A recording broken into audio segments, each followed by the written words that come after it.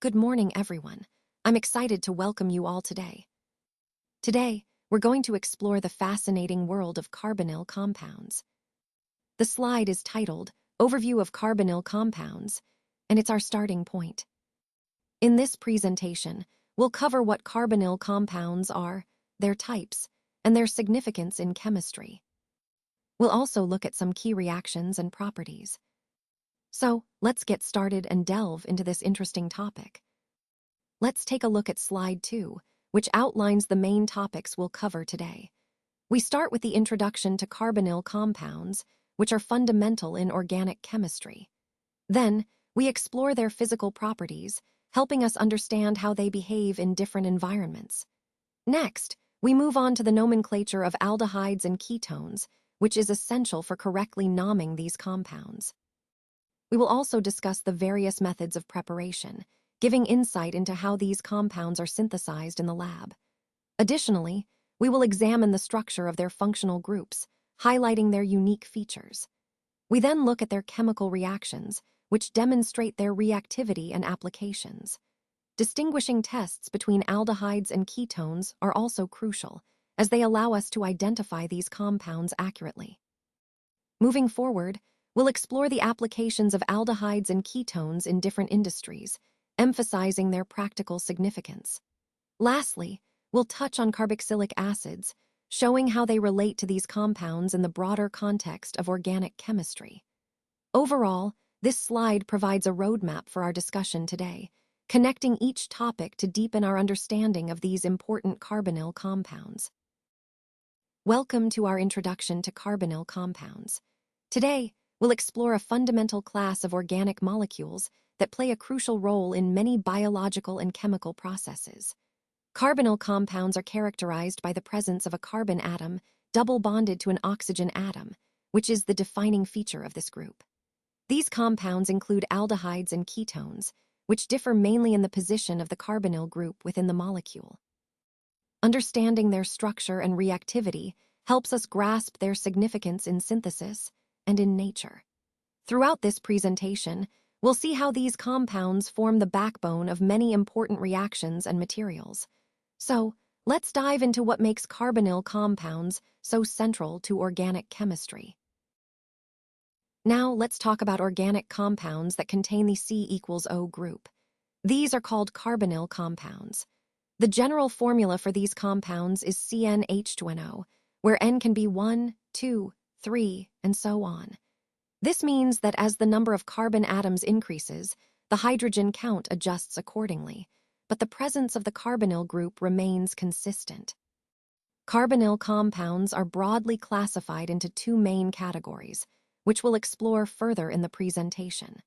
Understanding these groups is essential because they have distinct properties and reactivities that influence how they behave in chemical reactions. So, recognizing the general structure and classification helps us grasp the overall picture of these important organic compounds and sets the foundation for more detailed discussions ahead. Let's take a closer look at how ketones are represented. Instead of showing an aldehyde, they are depicted as a carbonyl group. This visual distinction helps us understand their structure more clearly. Now, ketones are also known as the formal group, which is a key term to remember. It's interesting to note that the formal group is monovalent, meaning it forms only one bond with the rest of the carbon chain. In contrast, aldehydes have their own unique features, which we'll explore next. Recognizing these differences is essential because it helps us identify and differentiate between various carbonyl compounds. Understanding these structures is fundamental as we continue to delve into their chemical behaviors and roles in organic chemistry. Now, let's move on to slide 6, which covers the nomenclature of aldehydes and ketones. This is a fundamental aspect because understanding how these compounds are named helps us communicate clearly and systematically in organic chemistry. First, it's important to recognize that aldehydes and ketones are both carbonyl compounds, but they differ in their structure and, consequently, their naming conventions. For aldehydes, the carbonyl group is always at the end of the carbon chain, which means they are terminal groups. When naming aldehydes, we take the parent chain and replace the E ending of the corresponding alkane with al. For example, if we're talking about a simple aldehyde with 3 carbons, it's called propanol. In the case of ketones, the carbonyl group is located somewhere within the carbon chain, not at the end. Because of this internal position, they are named as substituents called oxo groups when they appear as side groups. But the main way is to identify the longest chain containing the carbonyl and replace the E with 1. For example, a 5-carbon chain with a ketone at the second carbon is called 2-pentanon. Another important point is that when multiple carbonyl groups are present, such as in dialdehydes or diketones, prefixes like D are used, and the position numbers indicate where these groups are located. Finally, remember that the nomenclature not only helps us identify compounds accurately, but also provides insight into their structure and reactivity, which is crucial for understanding their behavior in various chemical reactions. Ketones are named by identifying the 2 alkyl or aryl groups bonded to the carbonyl group. The locations of any substituents are indicated by Greek letters, such as a, B, and so on. This helps specify exactly where the groups are attached along the carbon chain. The Greek letters of B, G, D, and others are used to show the position of substituents on the chain. For example, butyraldehyde is derived from butyric acid, which takes its name from the Greek word butyr, meaning butter. Similarly, propionaldehyde comes from propionic acid, with propion also relating to butter. Formaldehyde, on the other hand, is derived from formic acid, which gets its name from the Latin forma, meaning ant, because it was first discovered in ant stings. Moving on to aldehyde nomenclature, most common names are actually based on the names of the related carboxylic acids. The key change is replacing the ending -ike of the acid with aldehyde. So, for example, acetic acid becomes formaldehyde, and propionic acid becomes propionaldehyde. This naming system makes it easier to connect aldehydes with their corresponding acids, providing a consistent and logical way to name these compounds. Overall, understanding these naming conventions helps us better identify and communicate about these important organic molecules. When an aldehyde group is attached to cycloalkanes or a benzene ring, we use the term carbaldehyde as a suffix in all naming systems. This helps us clearly identify these compounds. Also, it's important to remember that when naming alkanes, we replace the E ending with 1 for ketones, which indicates the presence of a carbonyl group within the molecule. Similarly, for aldehydes, we replace the E of alkanes with al. This consistent pattern helps us easily recognize and name these compounds. In the context of IUPAC nomenclature, understanding these suffix changes is key to correctly naming and classifying ketones and aldehydes. So, essentially, the naming conventions revolve around these simple yet systematic modifications to the base alkane names, allowing us to communicate precisely about these molecules. Let's take a closer look at the structure of a functional group. As you can see, the structure is fundamental because it defines the chemical properties and reactivity of the entire group. The key points here are the specific arrangement of atoms within the group, which remains consistent across different molecules, allowing us to identify and classify them easily. Understanding this structure helps us predict how molecules will behave in various chemical reactions.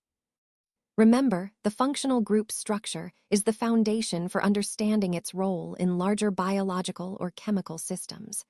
By mastering these structural details, we can better grasp the overall behavior of complex molecules and their functions. Now, let's look at the hybridization of the oxygen atom in the carbonyl group. The oxygen is sp2 hybridized, which means 1 s orbital and 2 p orbitals combine to form 3 sp2 hybrid orbitals.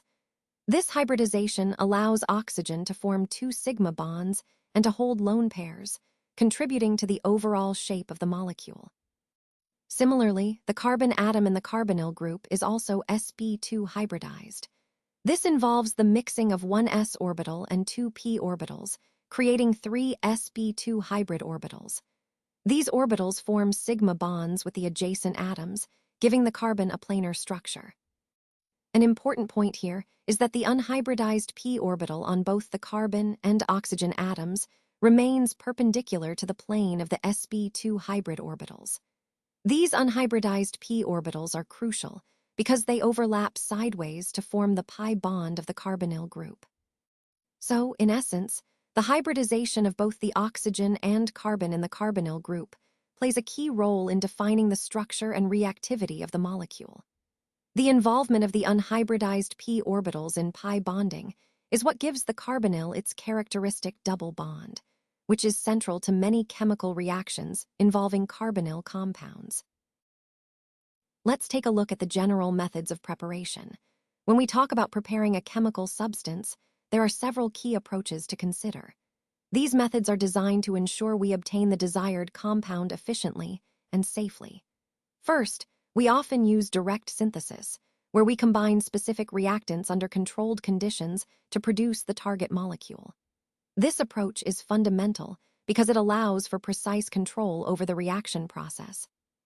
Another important method is extraction, which involves isolating the compound from natural sources or mixtures using solvents or other separation techniques. This is especially useful when working with complex mixtures or natural products. Then there's also purification, which is crucial after synthesis or extraction. Techniques like recrystallization or chromatography help us purify the compound, removing impurities to achieve the desired purity level. All these methods connect back to the overall theme of chemical preparation, emphasizing efficiency, safety, and purity. Choosing the right method depends on the specific compound, the starting materials, and the desired outcome. Understanding these foundational methods helps us appreciate the versatility and precision involved in chemical preparation. Now let's talk about what happens when we oxidize alcohols. Primary alcohols, when oxidized, produce aldehydes, which are quite important intermediates in many chemical reactions. On the other hand, secondary alcohols, upon oxidation, form ketones. The key reagent we use for this process is potassium dichromate, KCr2O7, in the presence of sulfuric acid, H2SO4. This combination provides a strong oxidizing environment, allowing us to transform alcohols into their corresponding carbonyl compounds. Understanding this distinction between primary and secondary alcohol oxidation is fundamental, as it helps us predict the products of oxidation reactions and connects to broader themes in organic synthesis. When vapors of alcohol are passed over heated copper at around 573 Kelvin, an interesting chemical process called dehydrogenation takes place. What happens here is that the alcohol loses hydrogen atoms, transforming into aldehydes or ketones. This reaction is quite important in organic chemistry because it helps us understand how alcohols can be converted into more reactive carbonyl compounds. The key point to remember is that heating alcohol vapors with copper acts as a catalyst, facilitating the removal of hydrogen. This step connects to the broader theme of how we manipulate and convert different organic compounds to achieve desired products in synthesis. So, in essence, this process shows us a practical way to generate aldehydes and ketones from alcohols under controlled conditions. Now, let's talk about how we determine the position of the double bond in alkenes. One of the key methods we use is called ozonolysis. This reaction is particularly useful because it reacts specifically with the double bonds, breaking them apart. When alkenes undergo ozonolysis, the process helps us identify exactly where the double bond is located within the molecule. During ozonolysis, ozone reacts with the double bond, cleaving it to produce aldehydes or ketones, depending on the structure of the original alkene. This transformation is quite valuable in organic chemistry because it provides a way to analyze complex molecules and figure out their structure. So, by understanding ozonolysis, we gain a powerful tool for structural determination, which ties back to our overall theme of understanding molecular structures and reactions. Remember, this reaction isn't just about breaking bonds, it's about revealing the internal architecture of organic compounds. Now let's look at how catalytic hydration works with alkanes. When we use dilute sulfuric acid, H2SO4, along with a small amount of mercury, Roman 2 sulfate, about 1%, and keep the temperature between 60 and 80 degrees Celsius, we can effectively convert alkynes into aldehydes and ketones. This process is quite useful because it allows us to add water across the triple bond in a controlled way, leading to the formation of these carbonyl compounds. The presence of the mercury catalyst helps facilitate the addition, making the reaction more selective and efficient. It's important to remember that the reaction conditions, especially the temperature and the catalyst, play a critical role in determining whether we get aldehydes or ketones as the final products. This method of hydration is a key part of the broader theme we're exploring: how different catalysts and conditions influence the transformation of alkynes into valuable functional groups for further chemical synthesis. Now, let's look at how aldehydes can be prepared from different types of compounds. When starting with imines, these can be reduced back to aldehydes through hydrolysis, which essentially breaks the imine apart to give us the aldehyde and an amine. This is a useful pathway when working with imines as intermediates. Next, aldehydes can also be synthesized from nitriles and esters. In these cases, the process typically involves hydrogenation, where we use a palladium catalyst. This catalyst facilitates the addition of hydrogen, converting nitriles and esters into their corresponding aldehydes efficiently. Finally, aldehydes can also be prepared from acyl chlorides. This usually involves specific reduction methods tailored for acyl chlorides, allowing us to selectively obtain the aldehyde without over-reduction to the alcohol. Overall, these methods highlight the versatility in preparing aldehydes, each suited to different starting materials and reaction conditions. These are key techniques in organic synthesis, enabling us to access aldehydes from various precursor compounds. Let's take a closer look at physical properties. These are the characteristics of materials that we can observe or measure without changing the substance itself. For example, things like density, melting point, and hardness fall into this category. Understanding these properties is essential because they help us identify materials and predict how they will behave under different conditions. Highlighting the key points, physical properties are often the first step in material selection for various applications. They give us quick insights into whether a material is suitable for a specific purpose. For instance, knowing the hardness of a material can tell us if it will withstand wear and tear, while density can influence weight considerations in design.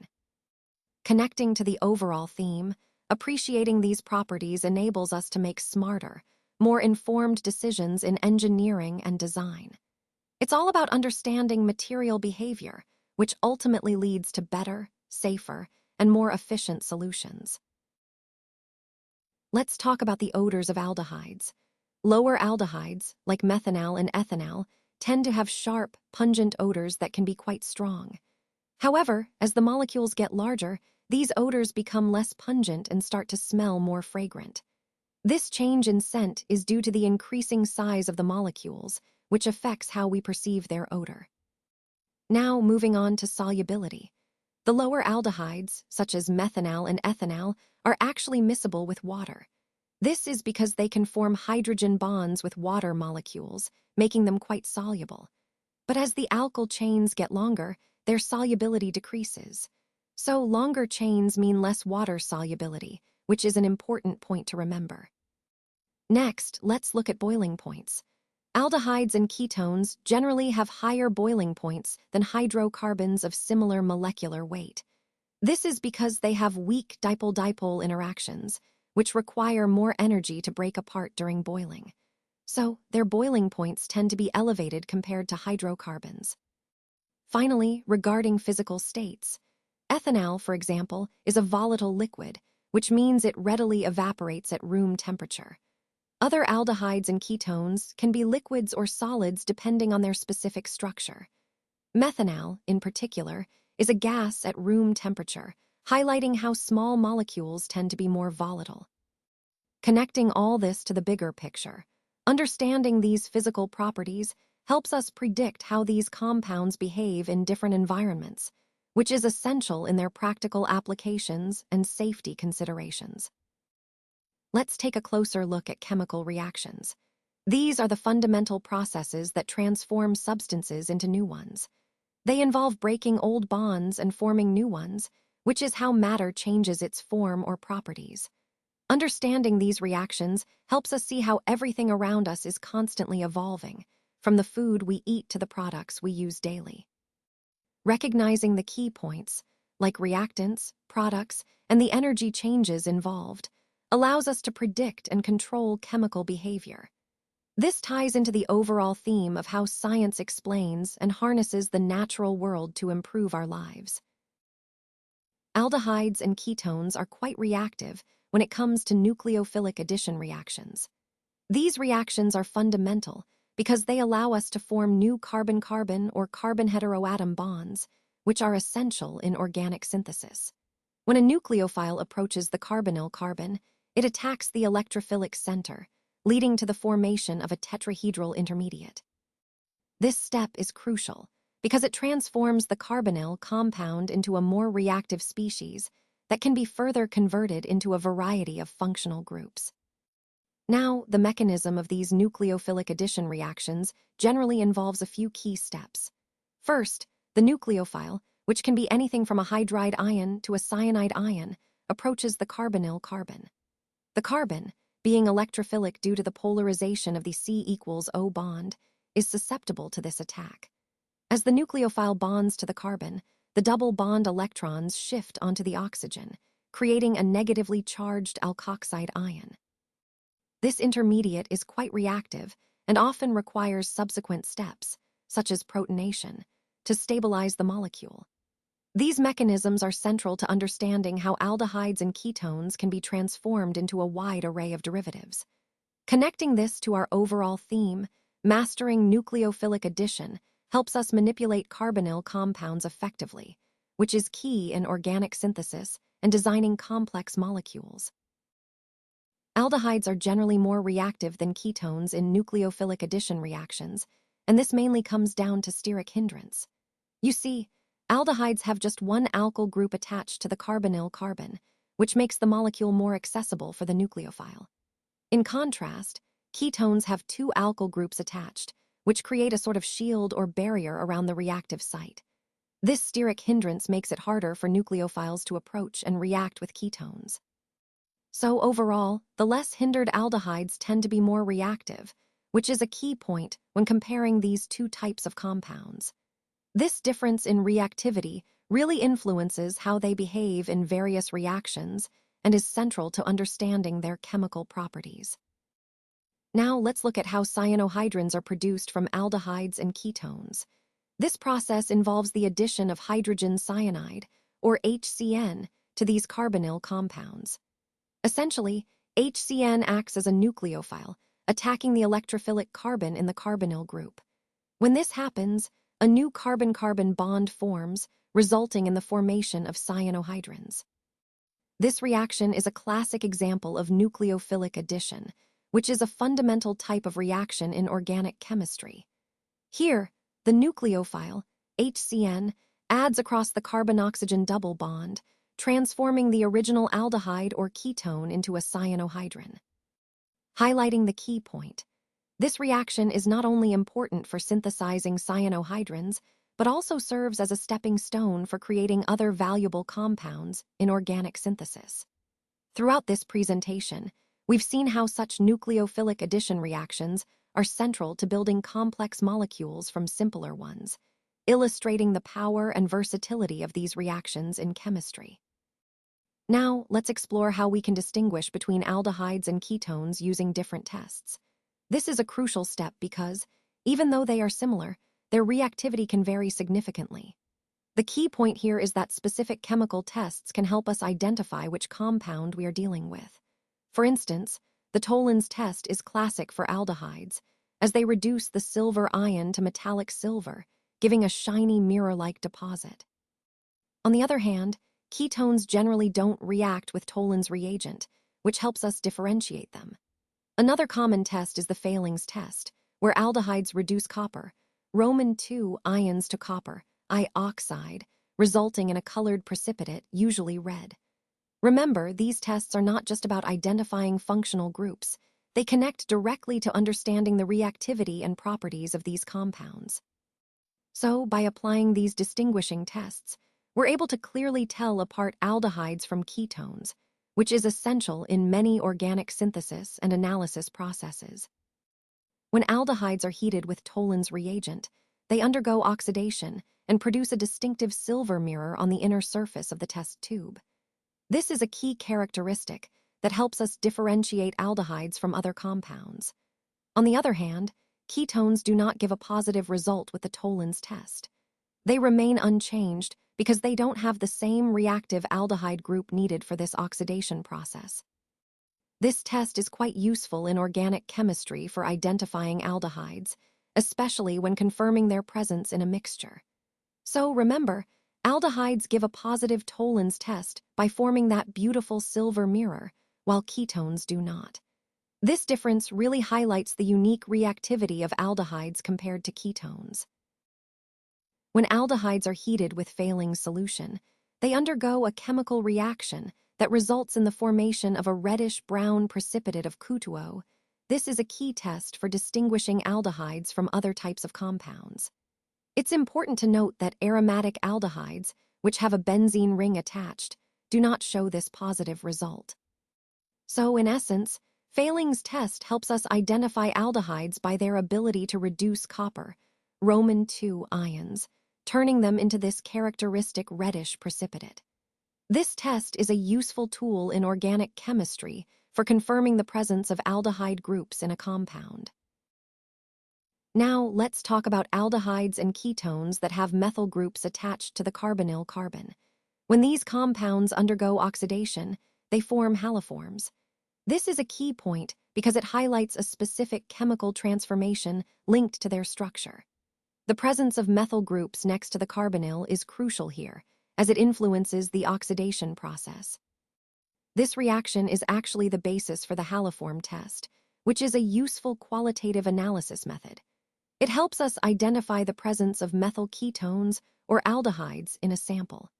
The test involves reacting the compound with a halogen in the presence of a base, leading to the formation of a haloform, which is a recognizable solid or precipitate. Understanding this reaction not only helps us identify certain functional groups, but also connects to the broader theme of functional group transformations and testing methods in organic chemistry. So, remembering that methyl groups attached to aldehydes and ketones can be oxidized into haloforms is essential for both identification and understanding reaction pathways. Now, let's take a look at some of the key applications of aldehydes and ketones. These compounds are incredibly important in both industrial and biological contexts. For instance, aldehydes like formaldehyde are widely used in the production of plastics, resins, and disinfectants. Ketones, such as acetone, are common solvents in laboratories and industries. In the pharmaceutical industry, aldehydes and ketones serve as building blocks for synthesizing various drugs and biologically active compounds. They also play a vital role in flavor and fragrance manufacturing, providing the basis for many aromatic substances we encounter daily. Understanding these applications helps us appreciate the significance of aldehydes and ketones beyond just their chemical structures. They are essential in creating products that impact our everyday lives, linking the chemistry we study to real-world uses. Today, I want to highlight some common applications of aldehydes and ketones that you might find quite interesting. For instance, acetone is widely used as a solvent in many industries because of its effectiveness in dissolving fats, oils, and other organic compounds. It's a versatile solvent that plays a crucial role in cleaning and manufacturing processes. Moving on, compounds like acetaldehyde and benzaldehyde are not just important chemicals, they also have practical uses in everyday life. Acetaldehyde is used in the production of flavors and fragrances, adding that fresh, fruity aroma we often associate with certain foods. Benzaldehyde, on the other hand, is well known for its almond-like scent and is used in flavorings and perfumes to create appealing fragrances. Finally, I want to touch on formaldehyde, or HCHO, which is primarily used in preservation. Its ability to prevent decay makes it invaluable for preserving biological specimens and in the production of embalming fluids. Overall, these examples show how aldehydes and ketones are not just chemical curiosities, but are integral to many industries, from food and cosmetics to preservation and manufacturing. They exemplify how chemistry directly impacts our daily lives and the products we rely on. Now, let's take a closer look at carboxylic acids. These compounds are a fundamental class of organic acids and are characterized by the presence of a carboxyl group, which is a carbon atom double bonded to an oxygen atom and also single bonded to a hydroxyl group. This functional group is what gives carboxylic acids their acidic properties. You'll find that they play a key role in many biological processes, such as the formation of amino acids and fatty acids, and they are also common in everyday substances like vinegar, which contains acetic acid. Understanding the structure and reactivity of carboxylic acids helps us grasp their importance in both nature and industry. They tend to be more acidic than other organic compounds due to the resonance stabilization of their conjugate base, which makes their acidity a defining feature. Throughout this presentation, we've seen how functional groups influence chemical behavior, and carboxylic acids are a perfect example of that. Their versatility and significance make them a cornerstone in organic chemistry. Now, moving on to carbon compounds that contain a carboxyl functional group, which is written as COOH. These compounds are called carboxylic acids. They play a vital role in many biological and chemical processes. The key point here is that the carboxyl group gives these molecules their acidic properties. When dissolved in water, they tend to release hydrogen ions, making the solution more acidic.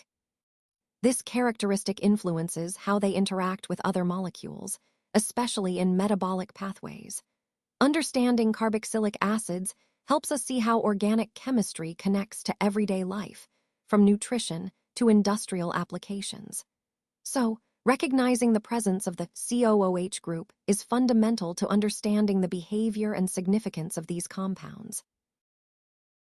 Now, let's talk about the names we use for different compounds.